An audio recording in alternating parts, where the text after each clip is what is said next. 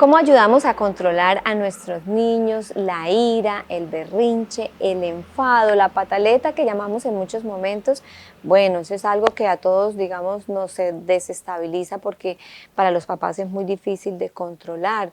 Los niños sienten una frustración realmente por algo que quieren, por algo que no se les da, es decir, no tienen una complacencia.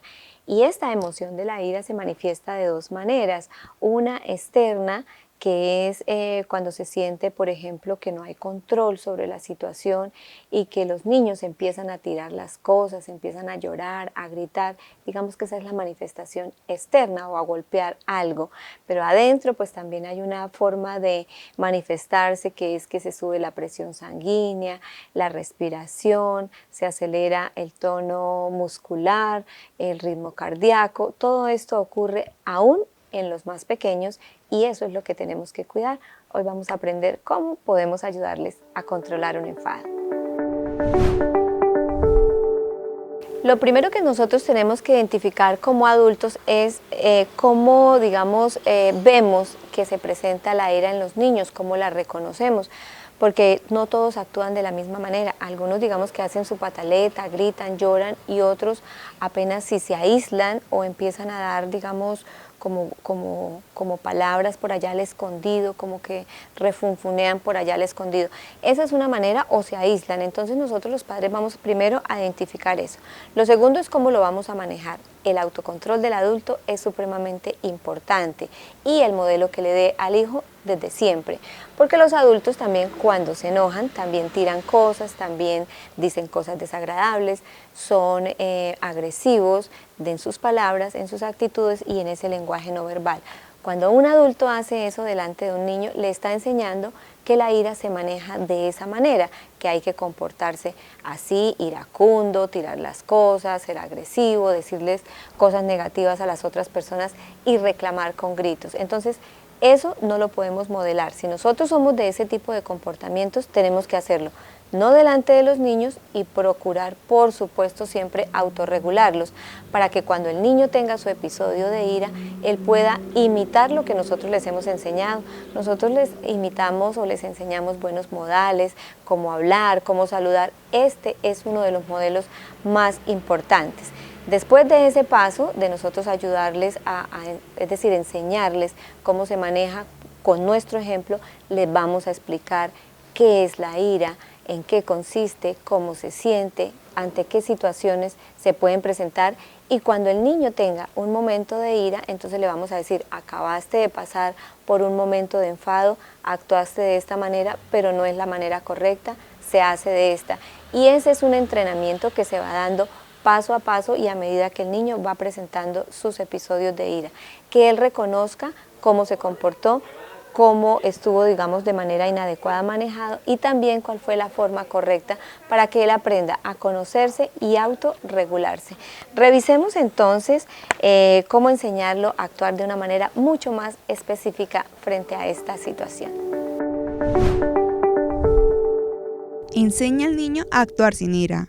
Muchas veces los niños responden con ira porque les faltan habilidades para actuar de otra manera, no saben cómo solucionar un problema. Para ayudarles debemos entrenarlos para aprender a identificar qué causó su momento de ira, ayudarle a dar soluciones para próximas situaciones, explicarle qué ocurrirá si la respuesta es la ira y cuál cuando la respuesta es más tranquila. Reforzar al niño si su respuesta no es iracunda. Si lo fue, repasar con él lo que ocurrió, explicarle qué estuvo mal y cómo se puede actuar mejor en otra ocasión. Esto ayudará a canalizar la próxima vez mejor una situación como la experimentada. Otra forma importante es ayudarles a que el niño pueda sentir cómo puede expresar la ira. Es decir, el niño puede responder habitualmente ante el grito, ante el enojo, siendo agresivo, bueno, haciendo tantas cosas inadecuadas, entonces nosotros le vamos a enseñar, en lugar de que grites, puedes hacer lo siguiente: apártate, me preguntas, yo te acompaño, hablamos de la situación. Es una forma bastante importante de que el niño aprenda a controlar como esa emoción. Y otro punto importante es ayudarle a liberar esas tensiones. Pues ¿cómo se hace? Vamos a ayudarles a nuestros niños a que tengan momentos recreativos, a que aprendan a reconciliarse con la persona con la cual se enfadó, a que aprenda a hacer deporte, a que aprenda a dibujar, a liberar tensiones que se dan, por ejemplo, por el estudio, por estar ahora, por ejemplo, en confinamientos, que casi nuestros niños no pueden salir, no están yendo al colegio. Esa es una manera divertida y agradable de ayudarles a liberar el cúmulo de tensión y de estrés que se genera. Ayudarles a generar también como unas estrategias de autocontrol, es decir, que el niño pueda tener una buena práctica de juego, de interacción con los otros, que el niño aprenda a reconocer su emoción y a practicarla de manera adecuada, donde él tenga, digamos, un comportamiento determinado con el cual el niño se sienta complacido. Mire qué tan agradable es cuando nosotros también los adultos, digamos, vivimos una experiencia con alguna persona que nos dice algo desagradable y nosotros cuando lo manejamos bien, después de que pasa la situación, dice, qué bien me siento conmigo misma porque lo hice bien, entonces me siento complacida, no respondí, digamos, de manera impulsiva, ni fui desagradable, ni mucho menos quedé mal con la otra persona. Por lo tanto, al niño hay que enseñarle como ese tipo de juego semáforo, el amarillo, el verde y el rojo, que son estados de ánimo. Cuando nosotros cambiamos, estamos verdes, es decir, podemos manejarlo muy bien. Estamos en amarillo, estamos como empezando a enojarnos y a tener, digamos, ciertos comportamientos que nos van a llevar a un estado rojo donde somos agresivos con las personas. Hay que enseñarle para que él le ponga pausa y maneje esos tiempos.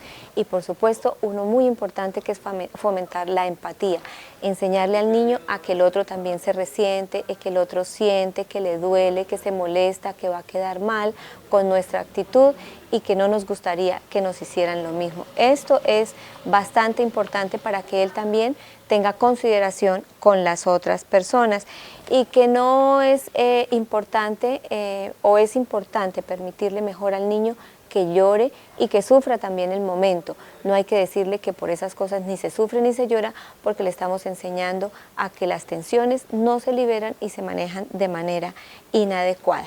Miremos entonces qué ocurre con esto en ese aprendizaje con nuestros chicos. La ira puede ser una emoción desagradable, pero no podemos considerar que sea una emoción negativa, dado que podemos aprender mucho de ella. Es normal sentirse enfadado, pero no podemos invalidar esta emoción. Muchas veces con nuestro comportamiento y palabras podemos llevar a que los niños se sientan peor. Deja ya de llorar, lloras como un bebé, no pasa nada. Todas estas frases transmiten a los niños que eso que están sintiendo no es válido y que no tienen que expresarlo. Al no saber cómo canalizar o autorregular la emoción de la ira, los niños explotan en rabietas. ¿Qué necesitan nuestros hijos al sentir esta emoción? Conocer cómo enfrentarse a esta emoción para que no tenga berrinche y pase un mal rato.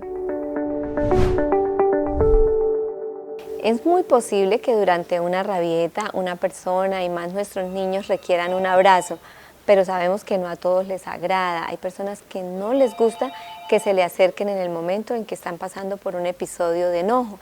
Entonces, si nosotros notamos que los niños no le agradan, pues no lo hagamos ni los obliguemos para que no, digamos, se desencadene aún más, digamos, esa tensión que está viviendo.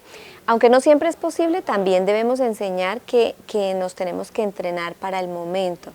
Miren, siempre se lo sigo recomendando, cuando nos anticipamos a una situación es como cuando uno traza un plan A y un plan B.